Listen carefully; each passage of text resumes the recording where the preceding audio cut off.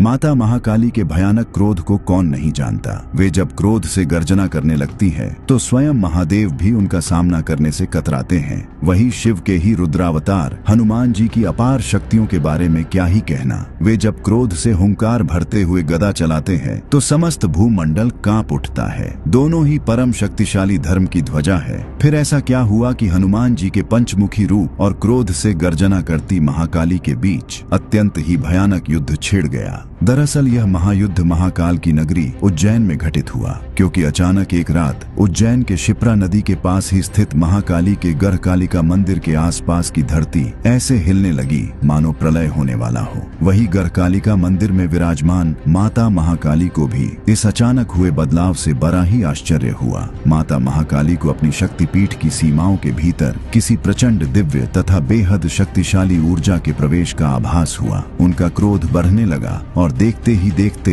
वे अपने विकराल रूप में आकर क्रोध से गर्जना करती हुई बोली, शिव शक्ति के इस क्षेत्र में कौन है जो बिना अनुमति के प्रवेश की गलती कर रहा है? आज मेरे हाथों उसका अंत निश्चित है। पर असल में यह प्रचंड ऊर्जा किसी असुर या दैत्य की नहीं बल्कि पवन पुत्र हनुमान की थी। जब माता महाकाली के कई बार पुकारने पर भी कोई उनके समक्ष नहीं आया तो वे अत्यंत ही उग्र होकर स्वयं ही उस महाशक्ति को ढूंढने के लिए निकल पड़ी। लेकिन पवन पुत्र हनुमान को अचानक महाकाली के इस क्षेत्र में क्यों आना पड़ा और फिर क्यों हनुमान जी और माता महाकाली के बीच एक महाप्रलयंकारी युद्ध शुरू हो गया? असल में यहाँ सिर्फ हनुमान जी ही नहीं बल्कि श्री राम, लक्ष्मण, माता सीता सहित और भी कई लोग थे, क्योंकि लंका विजय के बाद अयोध्या जाते हुए श्री राम उज्जैन के महाकाल शिव के दर्शन करने के लिए शिप्रा नदी के किनारे उतरे थे। पर रात होने के कारण श्री राम सहित सभी कुटिया में विश्राम करने लगे, जबकि हनुमान जी चौकन्ने होकर पहरा देने लगे। कुछ ही समय गुजरा होगा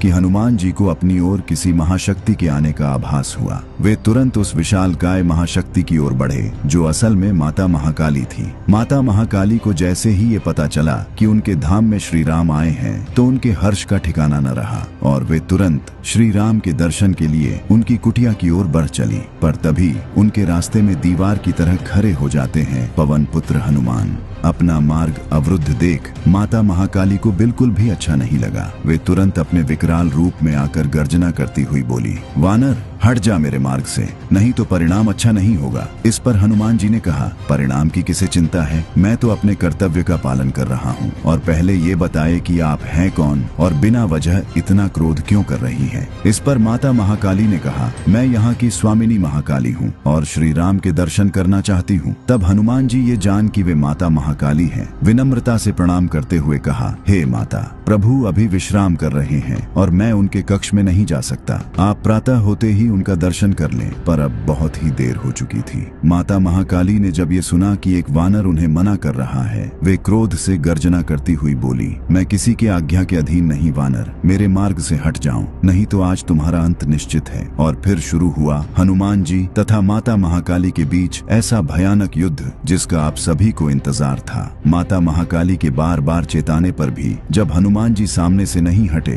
तो माता महाकाली का क्रोध नियंत्रण से बाहर हो गया। उन्होंने अपनी खड्ग हवा में ऐसे लहराई मानो तूफान आ गया हो और जोर से गर्जना करते हुए हनुमान जी पर एक प्राणघातक प्रहार कर दिया। हनुमान जी ने भी बिजली की गति से अपनी गदा से उस खड्ग की ओर प्रहार किया और जैसे ही वो खड्ग और गदा आपस में टकराए वैसे ही ऐसा विस्फोट हुआ मानो प्रलय आ गया हो। अपने खड्ग को असफल होता देख माता महाकाली ने गर्जना करते हुए अपने हाथों में एक अत्यंत ही दिव्य धनुष प्रकट किया और एक दिव्य पन्नागास्त्र से ऐसा प्रहार किया कि हनुमान जी भी सोच में पड़ गए। हनुमान जी उस भयानक पन्नागास्त्र को अपनी ओर आता देख अपने गदे को दोनों हाथ से पकड़ कोई मंत्र पढ़ने लगे। उधर वो अस्त्र कुछ दूर चलकर अचानक कई भयानक सर्पों में बदल काल की भांति हनुमान जी की ओर बढ़ने लगा और जैसे ही वो सर्प हनुमान जी के थोड़ा नजदीक आए, हनुमान जी ने अपने गदा को छोड़ दिया। उनकी गदा अचानक अनेकों दिव्य गरूर में बदल गई और माता महाकाली के अस्त्र से निकले सभी सर्पों को नष्ट कर दिया। और अपने इस अस्त्र को नष्ट होता देख माता महाकाली न जाने क्यों